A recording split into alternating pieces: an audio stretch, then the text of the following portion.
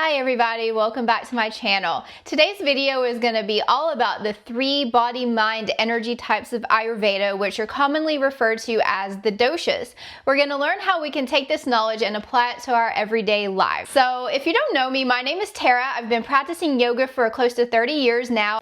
I've been studying Ayurveda for 10 years. I am a health coach, a yoga instructor, and an Ayurvedic specialist. And I love taking the ancient teachings of yoga and Ayurveda and showing people how they can apply it to their everyday lives for amazing results. So, have you ever thought about why some people seem to thrive eating salads, but some people feel bloated and yucky when they eat them?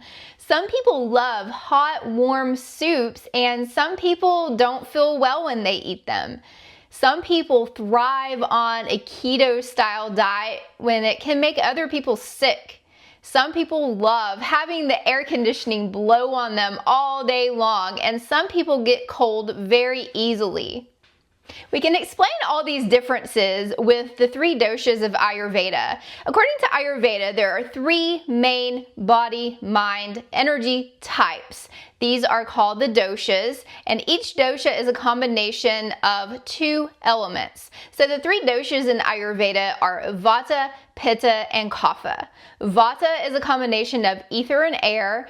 Pitta is a combination of fire and water, and Kapha is a combination of earth and water. So let's take a look at Vata dosha.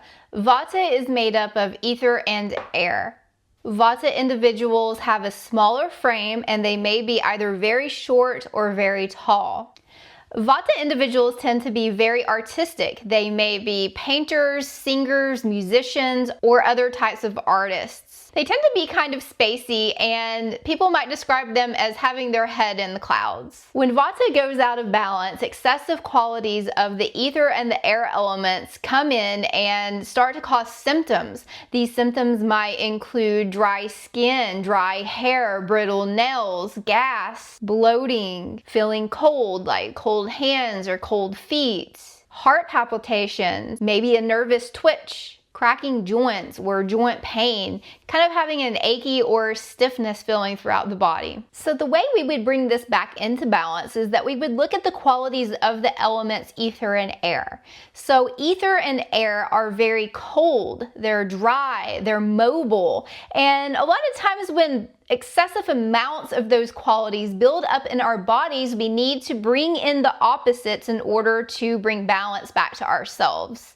So when we look at the opposite of cool or dry or mobile, we start to think about warm, grounding foods such as ghee or warm soups or warm rice or maybe like a dal or a khichdi. Roasted root vegetables with warming spices such as cinnamon or cumin, coriander. Turmeric is also a really good warming, grounding spice for Vata. You can start to bring in a lot of hot herbal teas that might warm the system. So things that you should avoid would be a lot of raw foods, a lot of cold foods, a lot of foods that have more astringent qualities to them, such as beans and cruciferous vegetables and dark leafy greens. Think about warming, grounding foods that balance out those cold and dry symptoms. So now let's talk about the Pitta dosha. Pitta is a combination of fire and water.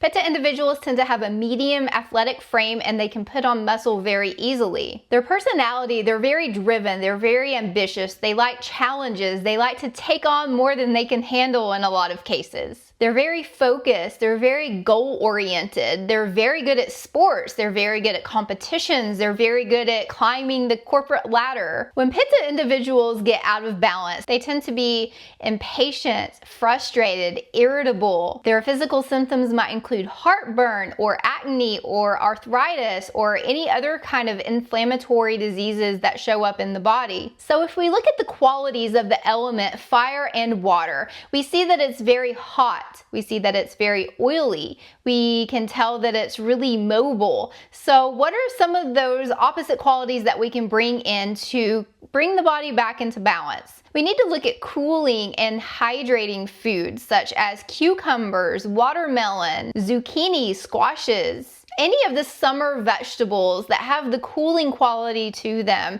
are absolutely great for Pittas. Coconut, mint, if we want to get into the herbal things, mint and fennel and anise are very good for Pitta because it brings in those cooling qualities to calm the fire down. Foods that you want to avoid when you're Pitta are hot, spicy foods. Anything that has an excessive amount of pepper in it, like cayenne pepper or paprika. Turmeric can even bring Pittas out of balance a little bit. Anything that's too acidic, like fermented food or excessive amounts of alcohol, and especially fried foods. So now let's take a look at the Kapha dosha. Kapha is water and earth. These people tend to have a larger frame, and their personality is they're very stable people. They tend to get one job and have it for the rest of their life, or one career and have it for the rest of their life. They tend to really stick around. They're very kind, they're very patient, they're very loyal. They're that friend that is always there when you need them to be. They're very calming and nurturing and loving. They tend to make great parents. They tend to make great bosses to have at a job. And they tend to be just very loving and kind and down-to-earth people. So when excessive amounts of kapha come into the body, it tends to show as weight gain, lethargy, constipation, or the person might be experiencing a lot of unhealthy attachments, whether that be to people, to places, or to food. Depression, anxiety that feels really heavy, or mucus congestion. And to bring all of this back into balance, we have to look at the qualities of the imbalance. These qualities tend to be very slow, very heavy, or very cool, very cold in nature. So we want to bring in the opposite. We want light and airy and mobile and warm and uplifting kinds of foods. Think about dark leafy greens or anything that has that astringent quality to it, such as beans or lentils. You want to avoid the heavy and the oily and the dense kinds of foods.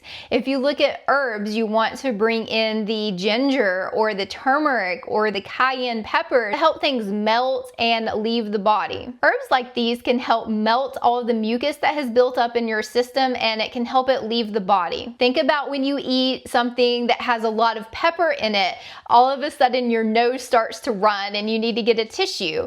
Well, a lot of this can happen inside of your body too. So now let's look at the seasons in relation to the Ayurvedic doshas. Fall is Vata, late winter through early spring is Kapha, late spring through early summer is Pitta. And we can really see this if we look at the qualities of each season. Fall is very mobile. The winds are blowing, there's an increase in rain, it's very cool, it's very drying.